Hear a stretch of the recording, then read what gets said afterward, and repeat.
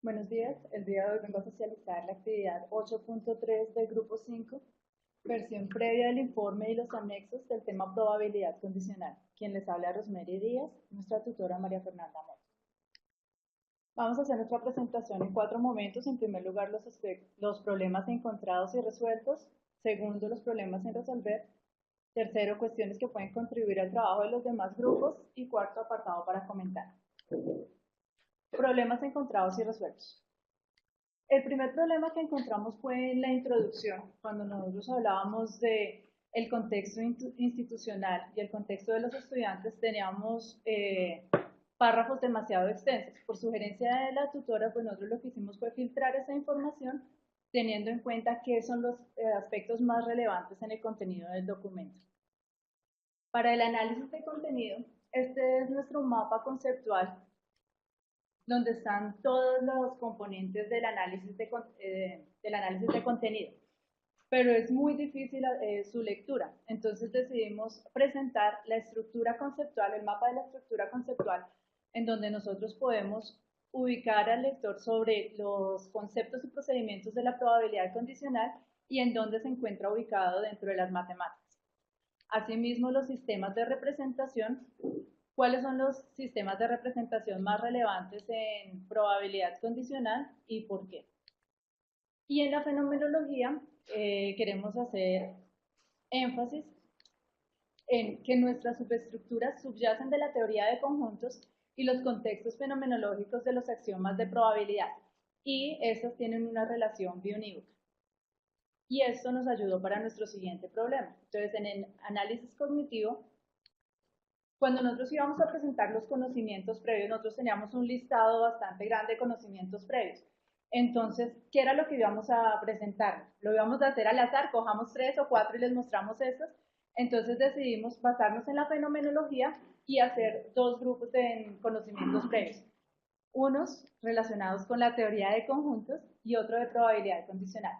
En la teoría de conjuntos, pues está todo lo relacionado con operaciones entre conjuntos, hallar unión, intersección, complemento de conjuntos, y en la probabilidad condicional, perdón, y en la probabilidad, pues calcular la probabilidad simple y identificar espacios muestrales.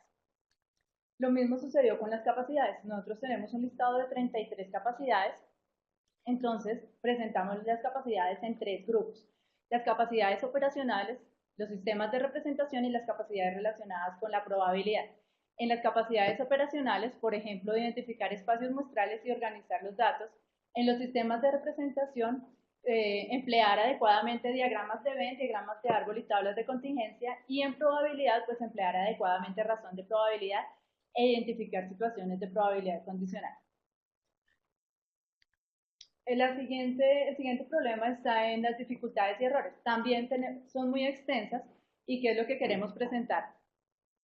Nosotros nos enfocamos en la dificultad número 1, que es particularizar situaciones de probabilidad condicional.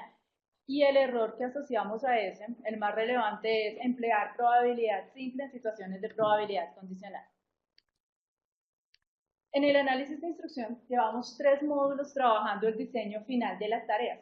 Entonces volver a retomar las tareas iniciales pues nos costó un poquito de trabajo. Entonces nos surgen preguntas como, ¿qué fue lo que cambiamos de las tareas iniciales? ¿Por qué las cambiamos? ¿Y cómo quedó?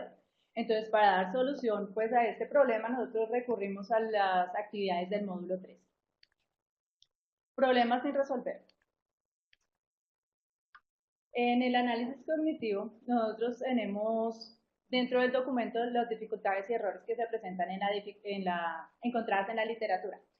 Pues por sugerencia de la tutora, esos ya no deberían estar ahí. Sin embargo, nosotros insistimos en dejarla porque nuestros errores, todos los que nosotros creamos, pues nos basamos en estos.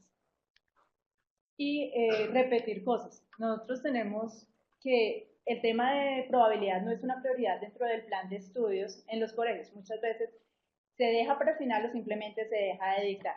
Entonces nosotros teníamos una discusión si eso hace parte de la introducción o si es una justificación del tema. En los anexos, la información de ACE continúa muy extensa, entonces hasta el momento lo que nosotros hemos hecho es tomar de ACE las figuras que son más claras y que son más relevantes. En cuestión de forma, A nosotros nos ayudó mucho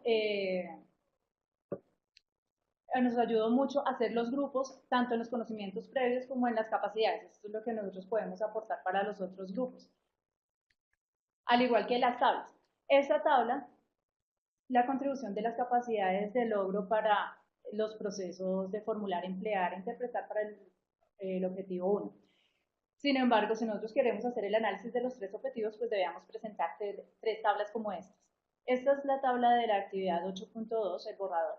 Y nosotros, esta fue la que hicimos para la actividad final de la 8.2. Entonces aquí ya se pueden ver más fácilmente los 3 objetivos y cómo aportar los criterios de logro a cada uno de los procesos. Y para esta decidimos hacerlo en forma horizontal simplemente para que se haga una mejor lectura. Nosotros tomamos, también por sugerencia de nuestra tutora, la tarea gastritis para poder explicar el análisis de contenido. La tarea de gastritis dice que un médico tiene cierta información, recogió cierta información, que el 10% de sus pacientes creen tener gastritis y la tienen, 45% creen tener gastritis y no la tienen, 10% no creen tener gastritis y sí la tienen, y el 35% creen no tenerla y tienen razón. Entonces, con base en esta información, los estudiantes deben determinar la probabilidad condicional de que un paciente elegido al azar tenga gastritis sabiendo que cree no tenerla. ¿Por qué tomamos esta tarea? Porque con esa tarea los estudiantes pueden hacer traducciones entre diferentes sistemas de representación. Entonces aquí tenemos el sistema pictórico con un diagrama de árbol, el sistema tabular con una tabla de contingencia de doble entrada, en el sistema simbólico aplicando el modelo de probabilidad condicional, y en el sistema gráfico empleando diagramas de Venn.